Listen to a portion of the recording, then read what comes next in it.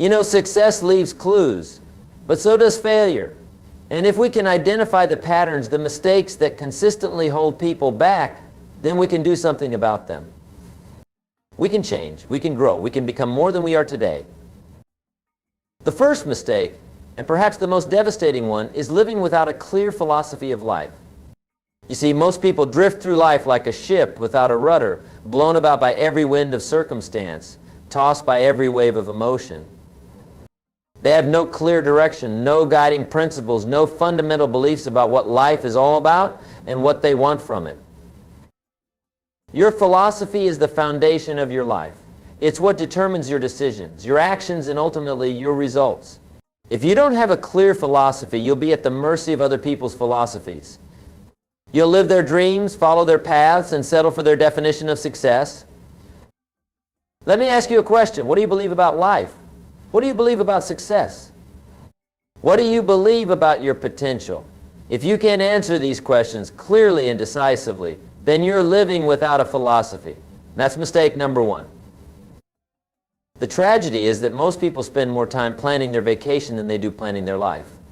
They'll research for weeks to find the best hotel, the best restaurants, the best attractions, but they won't spend 5 minutes thinking about what they want their life to look like 5 years from now. Your philosophy shapes your thinking, and your thinking shapes your life.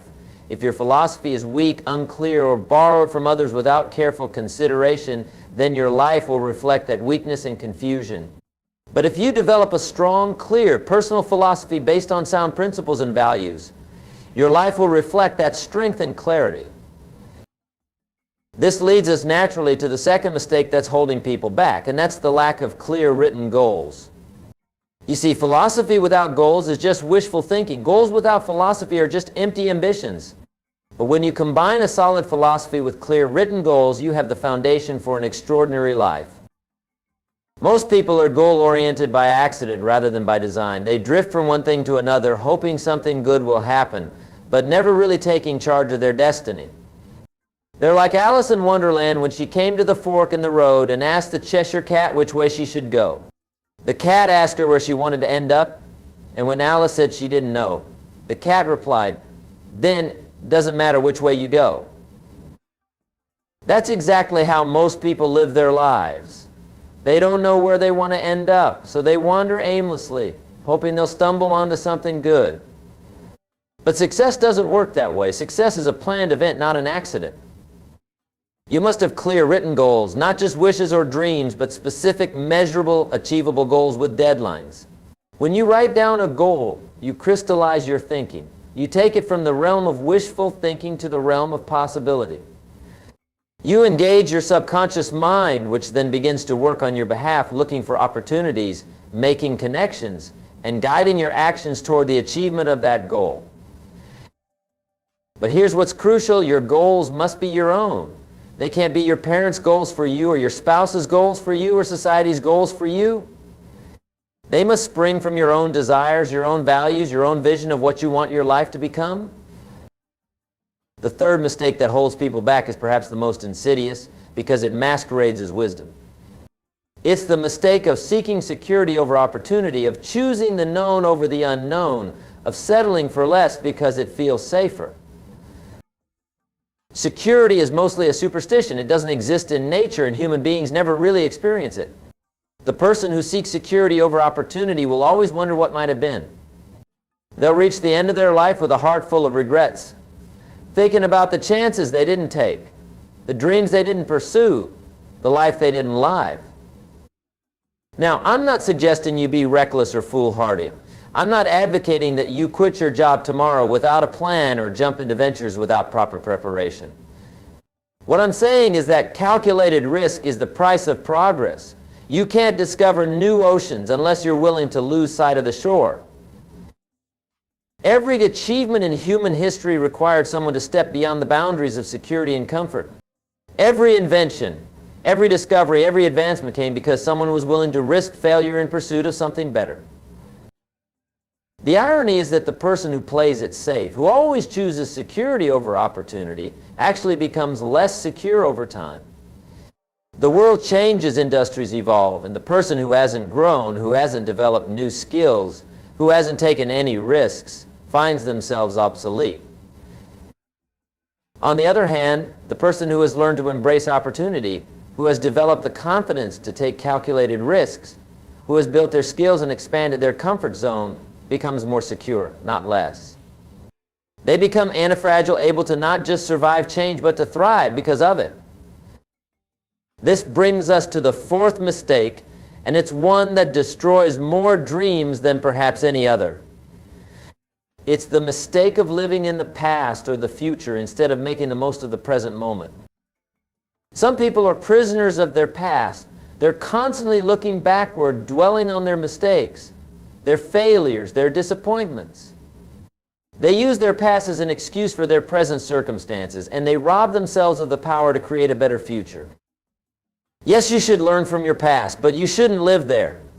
The past is a place of reference, not a place of residence. Your past doesn't determine your future unless you let it. You are not your mistakes. You are not your failures. You are not your circumstances. You are your possibilities. Then there are others who live entirely in the future. They're always waiting for someday. Someday when they have enough money. Someday when they meet the right person. Someday when the timing is perfect. Someday when they feel ready. But someday is not a day of the week. And while they're waiting for someday, their real days are slipping away. The key is to find the balance. Learn from your past, plan for your future, but live in your present. This moment right now is the only moment you can actually do something about. This moment is where your power lies. This moment is where your life is being lived. Every day you postpone taking action toward your goals is a day you'll never get back. Every day you wait for perfect conditions is a day wasted because perfect conditions never come. Good conditions come, great conditions come, but perfect conditions exist only in our imagination. The fifth mistake that holds people back is one that might surprise you. It's the mistake of trying to do it all alone, of believing that asking for help is a sign of weakness, of thinking that successful people are self-made.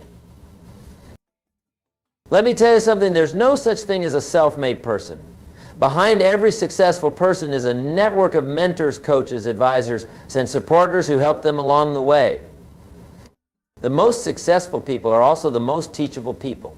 They understand that learning never ends and that wisdom can come from anyone. Your ego might tell you that you should figure everything out yourself, that asking for help diminishes your accomplishments. But your ego is not your friend when it comes to success. Your ego will keep you small, keep you struggling, keep you making the same mistakes over and over again. The smartest thing you can do is to find mentors who have already achieved what you want to achieve. Learn from their successes and their failures, model their strategies and their thinking. Stand on the shoulders of giants that you can see further than you could on your own. But mentorship isn't just about finding someone to teach you. It's also about being willing to be taught. It's about being coachable, being open to feedback, being willing to change your approach when something isn't working. Many people sabotage their own success because they're not teachable. They think they already know everything they need to know, or they're too proud to admit they need help. They'd rather fail on their own than succeed with help. That's not strength, that's foolish pride. The sixth mistake is perhaps the most heartbreaking because it affects not just your success, but your character, your relationships, and your sense of self-worth. It's the mistake of not developing personal discipline, of giving in to the tyranny of the urgent rather than focusing on the important. Discipline is the bridge between goals and accomplishment. It's the engine that turns dreams into reality. Without discipline, you're at the mercy of your feelings, your moods, your circumstances. You do what you feel like doing rather than what you need to do, and feelings are a terrible basis for making important decisions. The disciplined person has learned to do what needs to be done whether they feel like it or not. They understand that motivation gets you started, but discipline keeps you going. They know that success is not about grand gestures or dramatic moments, but about small, consistent actions taken over time.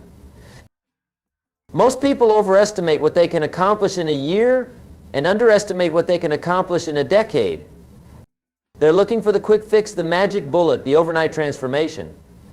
But real success is built through the compound effect of small, disciplined actions repeated consistently over time. Think about it this way. If you read just 10 pages of a good book every day, In a year, you'll have read more than 3,600 pages. That's about 12 books. If you do that for 10 years, you'll have read 120 books. Can you imagine how much you'll know, how much you'll have grown, how much your life will have changed? But most people can't even discipline themselves to read 10 pages a day. They say they don't have time, but they have time to watch television, to scroll through social media, to complain about their circumstances. Discipline is really about priorities. It's about deciding what's truly important and then organizing your life around those priorities. It's about saying no to good things so you can say yes to great things. The seventh and final mistake that holds people back is the mistake of not taking full responsibility for your life and your results. This is perhaps the most fundamental mistake, because until you take responsibility, nothing else matters. Until you take responsibility, you remain a victim of your circumstances rather than the architect of your destiny. Taking responsibility means acknowledging that you are where you are because of the decisions you've made and the actions you've taken or failed to take. It means giving up the luxury of blame, the comfort of excuses, the protection of justification. Now, this doesn't mean that bad things haven't happened to you. It doesn't mean that you haven't faced unfair circumstances or encountered difficult people. Life is often unfair and bad things do happen to good people, but taking responsibility means recognizing that regardless of what has happened to you, you still have the power to choose your response. You can't always control what happens to you, but you can always control what happens in you. You can't always control your circumstances, but you can always control your choices. And your choices, more than your circumstances, determine your destiny. When you blame others for your problems, you give away your power.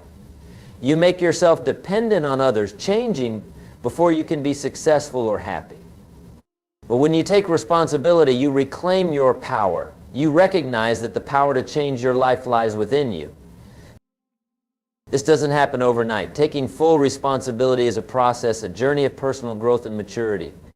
It requires courage because it's easier to blame others than to look in the mirror. It requires humility because it means admitting your mistakes and failures. It requires faith because it means believing in your ability to create a better future. But here's what's amazing about taking responsibility. The moment you do it, everything changes. Not your circumstances necessarily, but your relationship to your circumstances. You stop being a victim and start being a victor. You stop making excuses and start making progress. Now, let me tie all of this together for you, because these 7 mistakes aren't isolated issues. They're interconnected and they feed on each other. If you don't have a clear philosophy, you won't set meaningful goals. If you don't have clear goals, you'll choose security over opportunity. If you're always playing it safe, you'll never develop the confidence to take responsibility for your life. On the other hand, when you address these mistakes systematically, they work together to accelerate your progress. A clear philosophy guides you to set the right goals. Clear goals give you the courage to embrace opportunity. Embracing opportunity builds your confidence and discipline.